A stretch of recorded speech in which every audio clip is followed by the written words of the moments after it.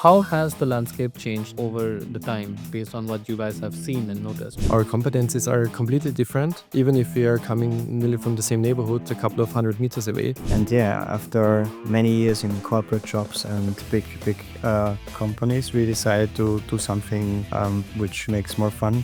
And whatever happens in Austria has happened 10 years before already on other places of the world. It's hard to say a smaller enterprise could not make a lot of money. They have a lot of money. The level of digitalization is quite low because they are very old-fashioned companies. We have a lot of regulations even to protect the individual person, which is maybe not so common or known in the rest of the world. Yeah, And I would also say that one of the main drivers of technology was definitely COVID. Hey, hi. Amazing to have you guys here. It's a pleasure to finally talk to you, I guess. So let me just jump straight into it. I have Patrick and Manuel from Innopeak, and I would like you guys to actually tell our viewers and audiences what do you guys do and how it all started. Yeah, it started maybe in the kindergarten when we were 4 years old. That's where we met the first time. Wow. And we both come from south of Austria, a small country and a rural area. And then we always have the same way. And we come to Vienna, we studied there. And yeah, after many years in corporate jobs and big companies, we decided to do something which makes more fun, and found our own company and put things together, put competences together and experiences, and that's why we're sitting here. And adding to that, yeah, what Manuel mentioned, our competencies are completely different, even if we are coming nearly from the same neighborhood, a couple of 100 meters away. Okay. But Manuel is the complete finance expert. So really the finance nerd. He knows numbers. He's watching at numbers at a company and he knows everything. And my background is the complete IT, cloud and security topic, right? Okay. And it's not so common that you have such a diversity when funding a company. Typically, you focus on one thing and you try to do something, you bring out a product.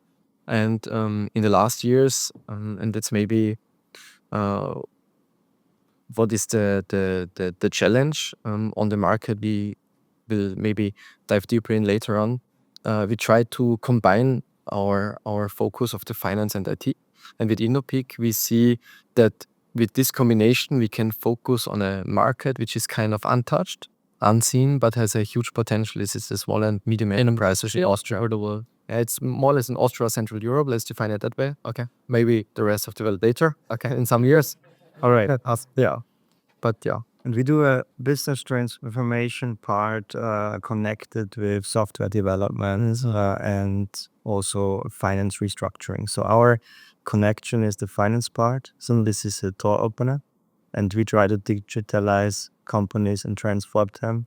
This is the business transformation part. And that's why we are connected. And because I start with finance controlling part and Patrick takes over more or less and will combine everything together. And then when we need support, that is why we are sitting here at Cinebelos, because we have identified you over the web to some occasion that you're a cool company. And everyone loves ants, right? Yeah. Awesome. And that's why we're here, yeah. Okay. Glad to have you guys here. You mentioned digital transformation and you've also been in the IT space for a while. How has the landscape changed over the time based on what you guys have seen and noticed? Maybe Patrick, you can kick. You have to know, Austria is a very small country in the center of Europe, right? So, and whatever happens in Austria has happened 10 years before already on other places of the world. So, Central Europe is mostly 5, 8, 10 years later with the new tools because they are waiting and see if it's really cool or not. So, coming to I would say the last 10 years are crazy when it comes to modernization, digitalization, and so on. We have the cloud topic, the big data topic, now the AI topic.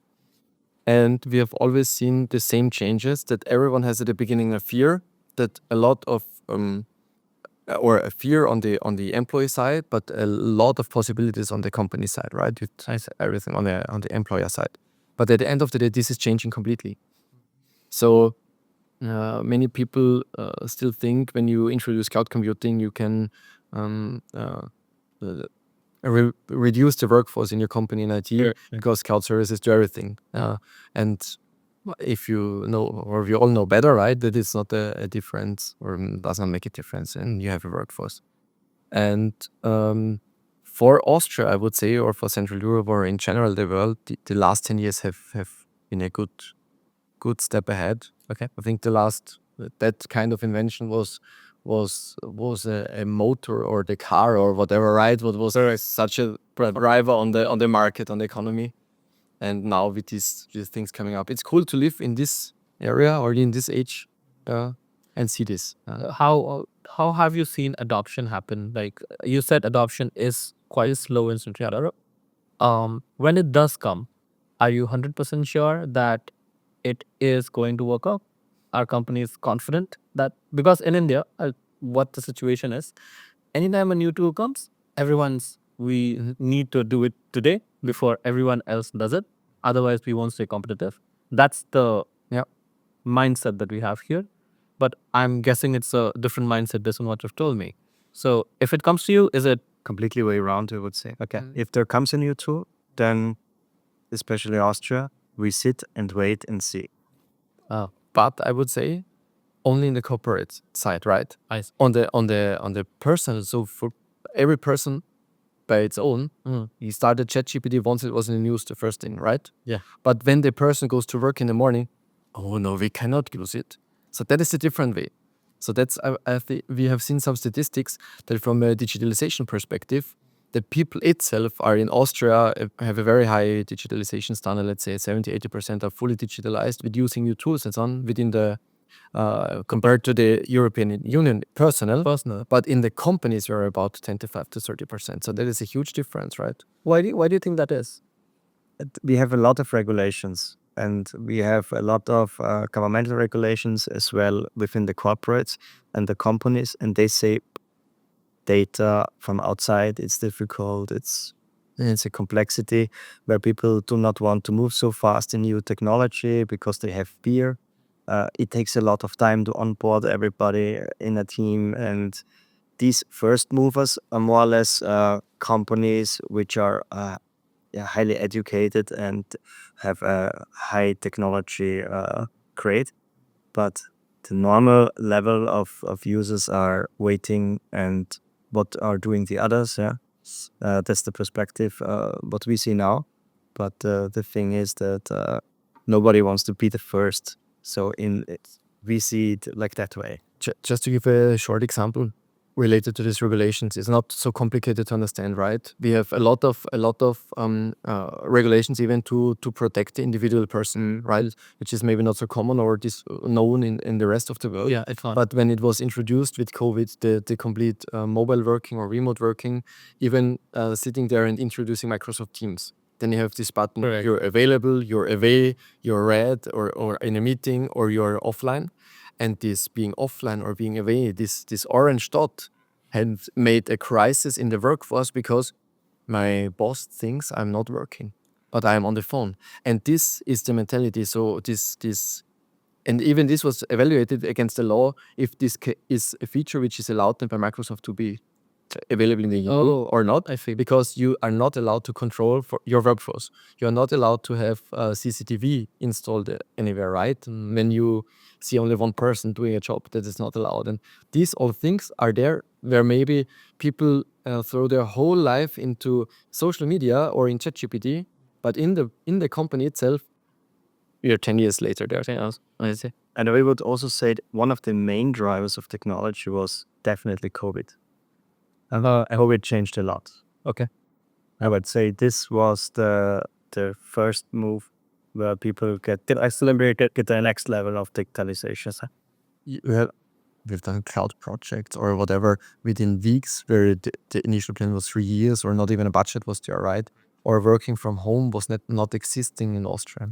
There must be pressure from outside Which was very good. Okay. Awesome. So, talking about work and the nature of work in general, the years after COVID have been a huge shift in how you manage talent and also how talent also works. Can you and you've also said that Austria is completely different in terms of how they work based on there's a lot of regulations. How do you manage talent, and what is your views on the talent pool in Austria at the moment, engineering specifically and also business? I would say there are two big groups, right? Engineering and the rest of the people. Okay. Because you have to separate the people who have really are industrial workers, frontline workers, right? Working in tourism, in the food and beverages industry, working over the weekend and so on, versus the people sitting in front of the computers, like we. Like we do, yeah. And the challenge is at the moment, I would say that directly after COVID, we had the war of talents, that there were no people available with a skill set, and you do not find software developers, IT architects. The market is more or less empty, right? In Austria? In Austria or in Germany as well. It's more or less, I would say, Europe. So you have to outsource? Yes, we have to outsource or nearshore or offshore in or even Eastern Europe. But Poland, for example, Romania, Slovakia, these companies were also well known for software development. Big companies, they have no people anymore. Yeah. So the skill set or the availability of people to work is being reduced. And now there is a new trend coming in. This is with Manuel resilience. Manuel is the last topic. Yeah, my topic I really love to talk about. Okay, no, that's a generation which generations hard to say, but the work-life balance is more in common. I don't know if you know that phrase. People want to have more balance than work and more life. Yeah. And that's the thing which we facing a huge problem, because when you want somebody for 40 hours, a full-time equivalent, it's hard to find, because people say 20 hours is enough. In a week? In a week. Oh yeah, wow. That's a part-time job, yeah. They get paid 20 hours, right? Yeah. But they say, I'm fine with this less money, but the rest of the week I want to live the life. Or go travel or do whatever. I love to sit in Bali on a beach and drink coconut nuts. It's much easier and much more fun than working 40 hours. But this is mirroring in our, I would say, society and in our political and geopolitical situation. Because when we see Germany, Austria, we are far behind every industry. The inflation rate is very high in Austria. Yeah, the industry is struggling a lot, from automotive over manufacturing, real estate, everywhere is struggling. And then we do not have the people who are willing to work as well on the other side. So it's a complicated situation, I would say, which is, for every competitor, it's very easy to get rid of Austria, because we are no competitors anymore. What's your biggest competitor at the moment? I would say we have none, because we have just funded and are not so big. So they don't see us as competitors. Sorry. But no, just kidding. I think we are trying to step into a niche now where there are or might be some the typical IT consulting companies in Austria, right? Which are focusing on SMEs, are maybe in our size, or 5, 10, 15 employees. But what we like to do, for example, with GeekyAnts, right? With for our small and medium enterprises, that is not so common in Central Europe, because typically you have only access to offshore experts when you're a big company like the big names, right? And with 20, 50, 100,000 employees around the globe. And this is then interesting for large enterprises. Yeah. But also here we need to differentiate or define. A large enterprise in Austria starts at 250 employees. Everything below is a small, medium SME. Yeah. And in Germany, a large enterprise starts with 2,500 employees, right? GeekyAnts would be a large enterprise in Austria. In Austria, yeah. But in Austria, the market is separated in over 99% in Austria's companies are SMEs. And they are mostly run by owners. They are owners, yeah. What is the industry distribution? What do they do? Are they doing IT, healthcare? We have a lot of main drivers in Austria, manufacturing. We have good engineers, steel, automotive manufacturing, for example, for Germany as well. Yeah, it's a big customer, and we have tourism, a lot of tourism. Salzburg, Vienna, Carinthia, so also the Alps region. Skiing season. In this area, yeah. What's the digitization of these industries? Are people using a lot of applications to book? Are they using in-house, for example, to manage tourists? Maybe are the skiing resorts using a lot of digital tabs to manage people, their traffic? What's the process? I mean, in the tourist, I would say personally, the most digitalization for the countryside, traditional tourist hotel or apartment, that one or two people can live there, right? Is Booking.com. With that, they are fully digitalized. That's it. But if you remove Booking.com, there was a statistic last month or so, 80% of the bookings will not be done in Austria because this is coming, for example, from Booking.com, right? So the level of digitalization is quite low because they are very old-fashioned companies. Let's say these are run by families since decades, and it's hard for them to invest in some things which they sometimes do not know, and they also have not the manpower to transform their business. And that's the thing where we want to step in and change that process. Yeah. and that's the main factor is to define this digital transformation term for the need of the customer. Like for a renting apartment is Booking.com. For a hairdresser, it might be a booking system to get an appointment. Okay. But for a manufacturing company, it might be introducing robotic arms or whatever, or IoT devices. That's also a challenge, and you can find all of the three within 50 meters when you say in the street, right? So this is the distribution of or idea of I am digital, more digitalized. Oh, okay. We have a lot of niche markets. So the Austrian market is a good market. It's a lot of niches where you find specialists, experts for some certain products and services. And it's a wealthy country. We have a very good culture, a working culture. They are reliable. You can build a lot of trust with the people there, and you can rely on them. Yeah, and that's one of the things which are Speaking of wealth, I remember you telling me a statistic of a number about how much revenue a 5-person company can make. Yeah, could you just share it with? Yeah, because that's the reason we have niche products and niche industries, and of course the margins there are quite better than I would say a people 100-driven business. Five employees can do 100 million. 200 million, yeah. It depends on the business model, but this is some kind.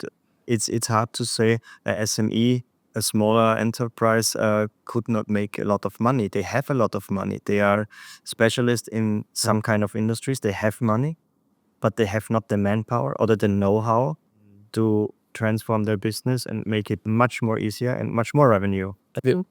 Yeah. Just an example, we have also highly niche. I mean, you know a lot of brands of coming out of Austria. Red Bull, for example, Swarovski, KTM. Yeah. But we also have niche companies with just a couple of employees who are the main, who are such in a niche that they're experts in facades of buildings, of high-rise buildings, right? And you have a building, you have to put outside a facade, name. And this is for the One World Trade Center, for example, for the Burj Khalifa, and this is delivering globally. But no one knows that this is coming from Austria, right? So niche. Yeah, it's so niche. Yeah, a lot of hidden gems. Yeah. So I'm looking at, and when I'm talking to you, I'm understanding that the major challenge is to convince people to modernize. Yes. Yeah. How do you plan to do that? It is hard to argue with a person having a company in the fourth generation, and they are telling you they're very successful, they're experts, they're very successful, and they're telling you, why should I change something? And it was working the last 100, 200, 300 years, yeah? Yeah. And I think you can only, and that is, I think, what is now the situation with this also what's coming up with the cultural change, with COVID, with the work-life balance. The entry point for us, where we see potential, is now when the takeover to the next generation now is happening within the family business, right? So there's a young generation, 20, 30 plus years old, and they're already in their personal life working with modern technologies, smartphones, AI, whatever, right? And they should take over the company, but they are not used to paperwork anymore because they use their notebook all the time. They are digitized, and with that factor that their father or grandfather is taking over the company or giving them the company, that is the entry point where we see huge potential to step in and tell them you can do the same for your business, at the end of the day, you can keep the complete workforce, but you get even more margin, or you can step into newer business ideas, business areas. I mean, I would not even compare or say how less companies or in the tourism in Austria do not use, for example, Google Maps efficiently. That research there, example. They do not even have an image in there or whatever business page. Yeah, they do not have this. Yeah, we are starting so small, but they can do so much more. And this is, I would say, There's so much potential. our idea, our vision, our future to do this for them. There is a generational change, I would say. The baby boomer generation, the 60s and late 60s, they are now retiring, and the next generation is taking over, and that's where we want to step in. So for a number perspective, we have about 370,000 SMEs in Austria, and 25% is taking over or will take over the next 5 years. So that's about over 92 something thousand companies which will be handed over the next 5 years. That's a lot. Or filling if they don't hire more, a big market. Or closing. Okay. Or closing, yeah. So any chance I can outsource those things? But no, right? Because I shouldn't. So niche in the one they do. And it's the problem, Austria, the landscape is like you have Alps, you have widespread landscape, you have a lot of forest. It's not like that most of the companies are always located in an area where you have a lot of companies. So it is often that the family has a small medium enterprise with 50 employees, and they're all coming from the same small town around of the next 1-2 kilometers. And if they do not have someone to take over the company, the whole town has no job anymore, more or less, and they have to go 1.5-2 hours to the next town, or maybe that's for work, or cannot even get work because they work the whole life there and they don't know something else. Well, that's kind what we have at the moment. Yeah, we took over a company in the car industry with 25 to 30 people in a small town with 2,000 inhabitants. But this was acquiring from another company, which we said this is something which stabilizes the rural society there, and 25 to 30 people don't lose their jobs. And then the next step is after the transition is after that we come here and say this digitalization parts could be done now, and even then much easier. The life will get much easier for them as well. Yeah, you can save a lot of costs, and this is our access to SMEs. So when you made this transformation, what is the first thing that you suggest that these companies do to start? What is the mindset shift that they need to bring in for this to work? Have no fear. I have no fear. I would say so. Be open-minded to change. We're still discussing buying a new server or going into cloud, right? That's I mean, it is still a discussion, the main point. We had it yesterday. And that's, I would say, you should show them the possibilities. Okay. Yeah. And we want to be a strong partner for them, not only selling something and then thank you and bye, taking the money and no. Our thing is that we want to be a partner for them when they have questions, when they have fear, and we say, please take this direction, or we want to guide them into the right direction, what they want, and it should fit to the customer. It doesn't fit when we want to digitalize some kind of small enterprise where we put in a lot of money when the outcome doesn't align with their mindset. Yeah, I think that's very important, because a lot of what a lot of transformation companies do miss out is that they also have to understand the values of who they are transforming into, right? That's quite good. So how helpful are the current compliance laws in whatever you're trying to do? I think Patrick has. I would say this depends, because gladfully most of the compliance topics do not hit these very small companies. Else they can anyway close down. That makes no sense. They they cannot afford adding these processes or these regulations, right? For, I would say, the large enterprises, this 0.4% large enterprises in Austria, what we have with the most workforce, I would say 30% of the Austrian workforce works there, right? There it helps a lot, but also for them to rethink their strategy and their way of working. For example, we have the NIS2 security regulations, then we have the GDPR was coming in a couple of years ago. This was even helping or making sure that now we have standards, right? And at the moment, we have the so-called AI Act in Europe. I'm not sure if you heard it, but that is the first ever, I think, global document, more or less first ever. yeah, to regulate AI. I'm a bit skeptical if it's helping, because the common sense what Europe has is first to make sure that nothing goes wrong. So limit the use cases for AI in that space, right? So the act is more or less defining which tools or have which risk, and there are 3, 4, 5 levels of risk, and the high risk systems you're not allowed to use in the companies at all, right? And then you have, based on the use case, a risk level. The idea is good to avoid that this intellectual property, what the companies in the European Union have built, is being somewhere else used, where the AI tools is hosted or is developed, right? But at the end of the day, it's limiting the benefits what actually these AI tools bring into a company. So we're it's a back and forth all the time to have a regulation, which is good. But on the other hand, yeah, it's like not allowing you to make a U-turn, because you can only go 10 degrees in the car, but actually you need to do a U-turn sometime, else you will never find your target. And this limits competitiveness, I would say. So we are not competitive in the European market. We have so many regulations in every part of our life, and every part of our personal life, as well as in our company life. But I do not see the real that. I think that we miss the big picture. We overregulate everything, and that's a problem in the EU since years. Yeah. But for consultants or for companies who use the AI to do consulting best practices for using AI in companies, that's a good approach, right? That's a good thing to step in, even with the GDPR or that stuff, right? That we can help you make sense of what you're doing. Exactly. You can build on top reporting system or compliance systems on top, or you train them and so on. So that is, of course, helping companies like us to step in.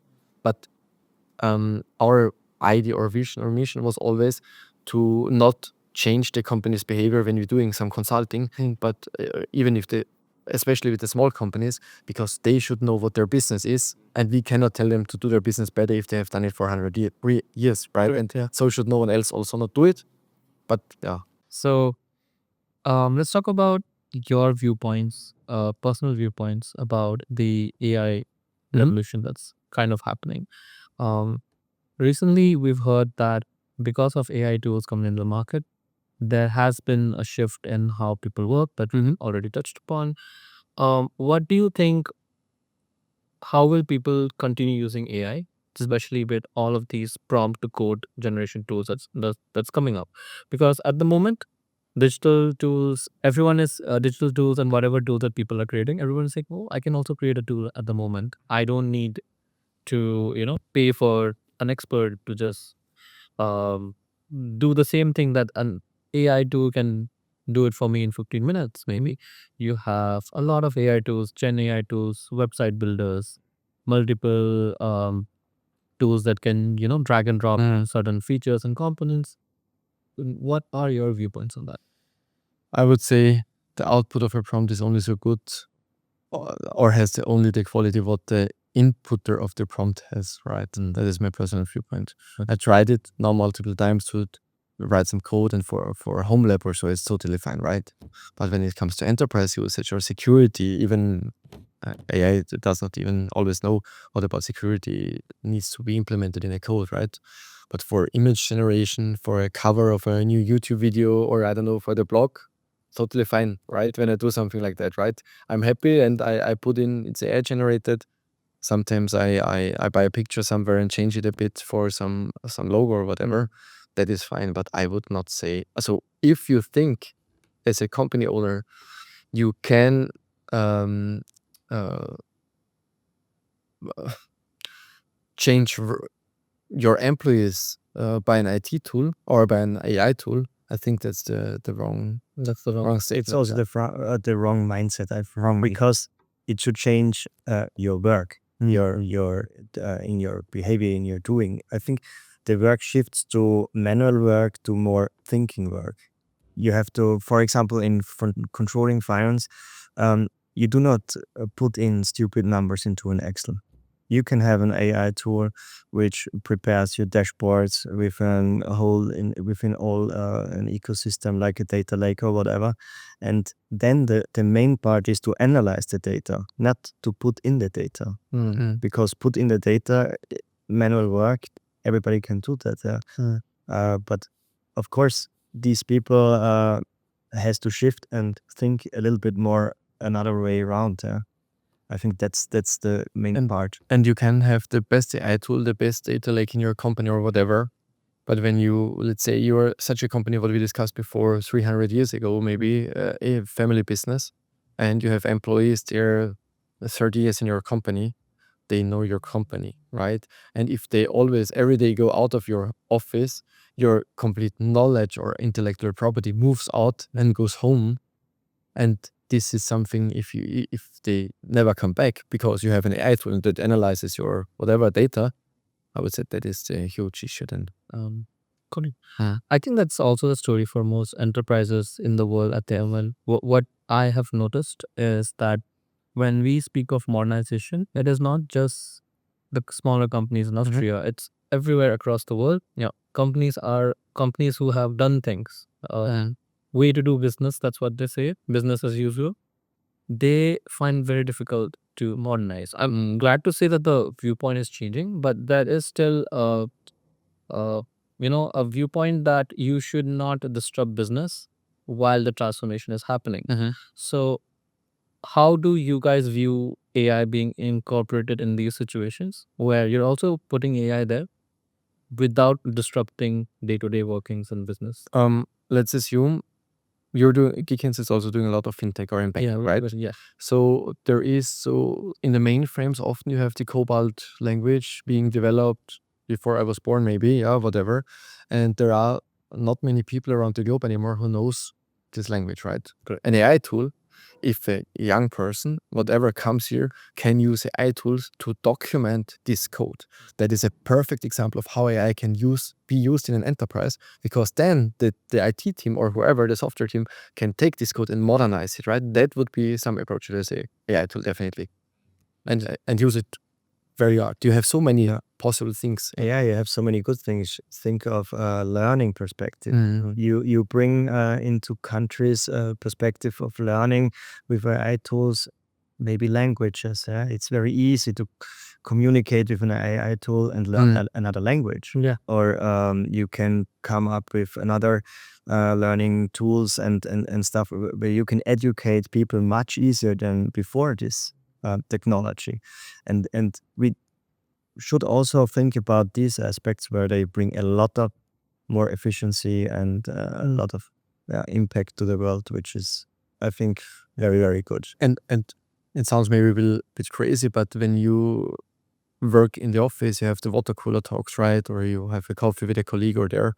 And a lot of people only working alone anymore. And they have the interaction with the AI tool. And I think that helps also a bit, right? Because then you have a sparring partner.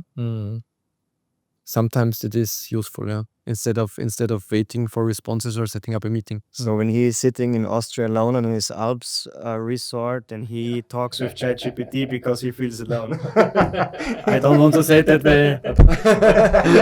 It could be. Yeah. So recently, I read an article that said that AI tools might be reducing the critical thinking capabilities of a lot of people. I believe that once an article was published, I believe that was true a year ago. But now people might be a little more skeptical about the usage of AI tools. In business, in your day-to-day life, right? How do you use AI tools? We have decided pretty at the beginning to use ChatGPT. That is not a secret. We use it for doing market research. Okay. But what we have done at the beginning, you can add your preferred answers and your preferred commands, what ChatGPT gives you back, right? And there we have defined that always needs to be the sources listed below that you can reference or verify. I would say that is important for everyone who is using it, whatever, and of course challenge it, yeah. If I would do the research or my grandmother would do the research, I think she cannot validate their restaurant, right? But it's something which helps you to get faster results instead of comparing sites. Even if I have a complex statistics article or a tech article or take this AI Act for the European Union, summarizing this is much easier than it's really our meeting. We have started so many meetings. We cannot sit in a meeting, do our normal work, then sum up all the notes, prepare for the next meeting, and the AI tools can take this over. This helps a lot and in the productivity and efficiency. But yeah, we have to think very, very critically. In case of ChatGPT, for example, when we do some kinds of reportings in a finance controlling perspective, because you really have to prompt them very well. Which standards to use, which sources to use, and so on. Anonymity and all that stuff. Yeah. And it's just anonymity, names for our real customers to avoid this, right? So we define project names or client names, which are fantasy names, just even to avoid, even in the case, it should not be an issue, but just in case. Yeah, you have to be very carefully, and if somebody is not into that topic, they maybe take some high confidential information, put it in ChatGPT and say, please tell me this. Yeah, that is a really no-go. Yeah? And that we know, but of course somebody else. I think a lot of people do make the mistake of taking a screenshot of a confidential information, putting it on Australia usually, enter. Yeah. But so the daily everything where you would have called someone or where Googling, this is now much easier, yeah. And the research, the market research, it's a really has a huge impact. When we say, please go into the market, a strategy, and when we do presentations, come up with an idea. And of course, we have to challenge this idea. But sometimes it guides you a little bit, and then you find more information, and then even you dig deeper, and so the process is changing maybe, but without critical thinking, I think it's not possible. I see. So, going a little away from AI, what industry do you feel like has the most potential to grow in maybe the next 2-3 years? In Austria, when we maybe stick to Austria, I would say the manufacturing industry. Okay. Or because we are there, we have a lot of manufacturing and we are experts in that field. I think they have a lot of potential to grow within the digitalization. If we think worldwide, I think pharma and healthcare industries will grow a lot. Because the people are getting older. Yeah.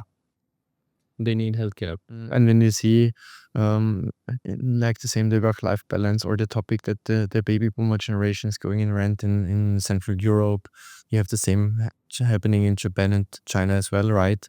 So that there are less young people are there.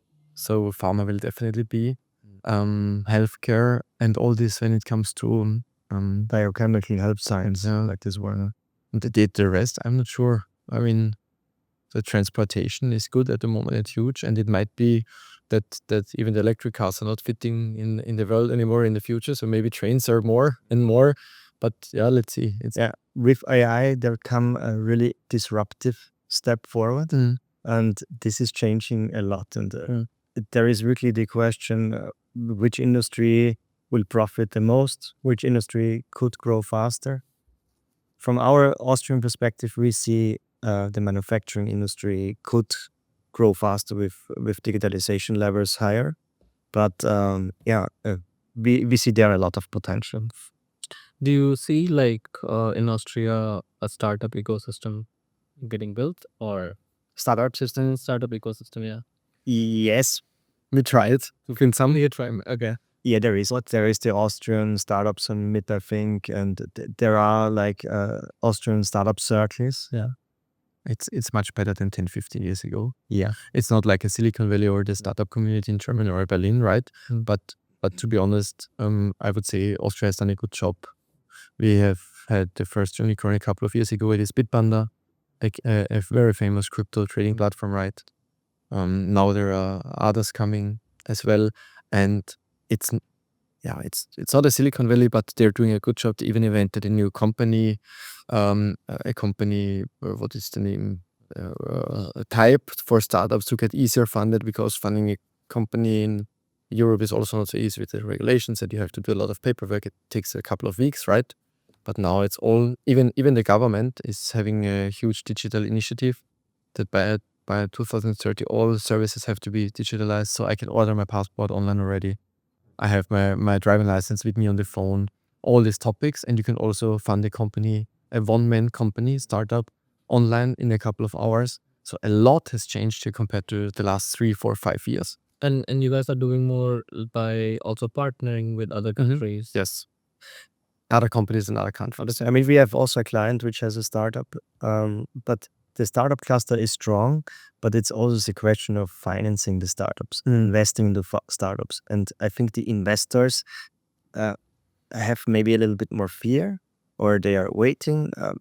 This we see a little bit more difficult, the financing part of because the ecosystem is quite well in Austria. We have very good universities. We have quite a high level of living standards. We are safe in Austria. We have a safe community, and the perspectives in Austria are very, very good. So the startups could settle here easily. We have a lot of good infrastructure. You're in the center of Europe within Vienna. Yeah, I would say one limiting factor is this, I would say, the society. When 15 years ago I was reading a book, this was a time where I was in university and had time to read books, right? There was there was a good comparison in the US. For example, you have to fail with a company 3 times, then you're being recognized on the market, and the 4th company you found will explode, right? In Austria, or in Europe, I would say in Austria, it's different. You fail 1 time, you fail a 2nd time, and then no one gives you a job anymore. So that's a complete change, right? And the investors are always, or the culture sensitive is that, yeah, but that could fail. That could fail. There's not, but that could go. So it's like going into a plane, and I'm always like, yeah, we can crash. We focus more on the failure, Yeah, and on what could happen, Yeah. instead of what other way around is. And that's what better at it. Yeah. Talking about your vision with working with us and working in India, like how do you see this partnership growing and where do you see it going? So yeah, it was as I mentioned, on occasion, I think is the correct word, that we met, and we are now here and sitting and talking and having fun. I think the next years will be very interesting, because at some point in time we hope the recession will be gone in Europe, right, or in the rest of the world. And then being prepared and be ready on the market with the products, with this partnership, we will do, I would say, a lot of cool stuff next year coming up. Until then, we also have some month on the market that people might recognize us. Yeah, so I think we have a good future together, especially with your massive scaling factor, what we cannot have in Austria at all. Yeah, like we cannot hire 50 people tomorrow, right? That would never work. Of course, here it would also never work, but it's a bit of easier, I would say, because you have We can source people. yeah, exactly. Yeah, and you do not always need to have a joint venture or a huge company. You can also work with partnerships, and that was we also did in Austria. You have partnerships with lawyers, with tax advisors, and so on. And I would say, when you have a good partnership, it's sometimes better than you have a huge company.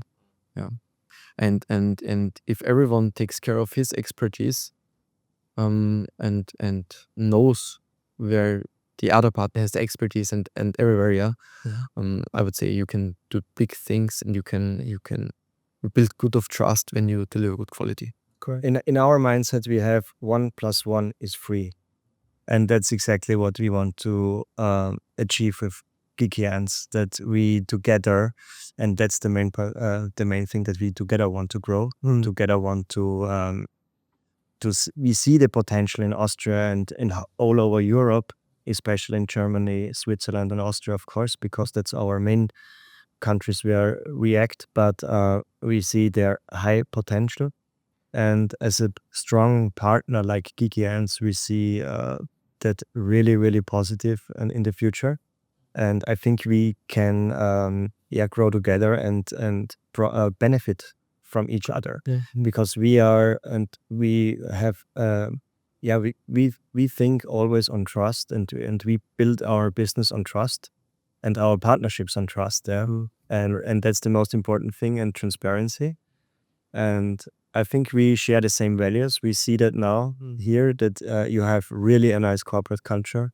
You have really nice people here. Everybody is so polite, and they are willing to work. They want to achieve something. And the spirit here is feelable. We feel it really, that there is something big coming. And that's what makes us very excited for the future. And that's why we think very, very positive, in a positive way, for the next year. And And one of our friends said, only normal people fund a company in the biggest recession since 20, 30 years. Only the normal people do not fund. Only the crazy people fund one, right? And no one would like to. And that, I would say, that makes it even more exciting, that we say we have now a good partnership. We do something cool. And You have to be crazy to. yeah, exactly. You can't be normal to do great things. no. But there are always some kind of, how you say, Life on the limit, whatever. yeah, but there are always things where you say, maybe this is not very, or maybe that is not working. But You try. we will focus on the positive things and not on the negative. And as mentioned before, we see in Austria a very good, wealthy market and a high potential for this kind of business.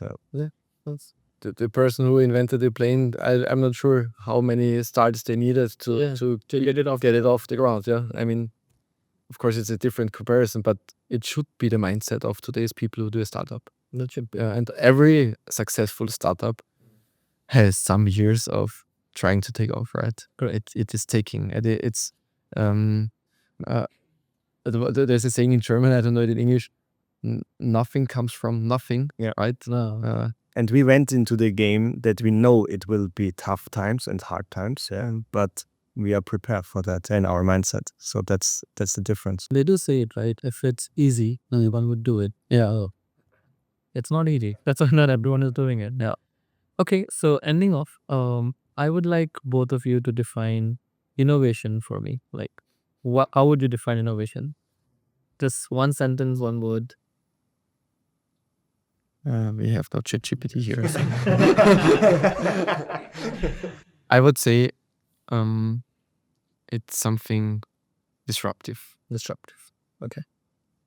For me, it's sustainable value add. Sustainable manner. I think those are one of the best definitions I've gotten so far. Awesome. Thank you. Thank you so much. Thank you for doing Thank this. you for invitation. Thank you for Thank you for your time. Thank you for your time. Take care. See you soon. See you.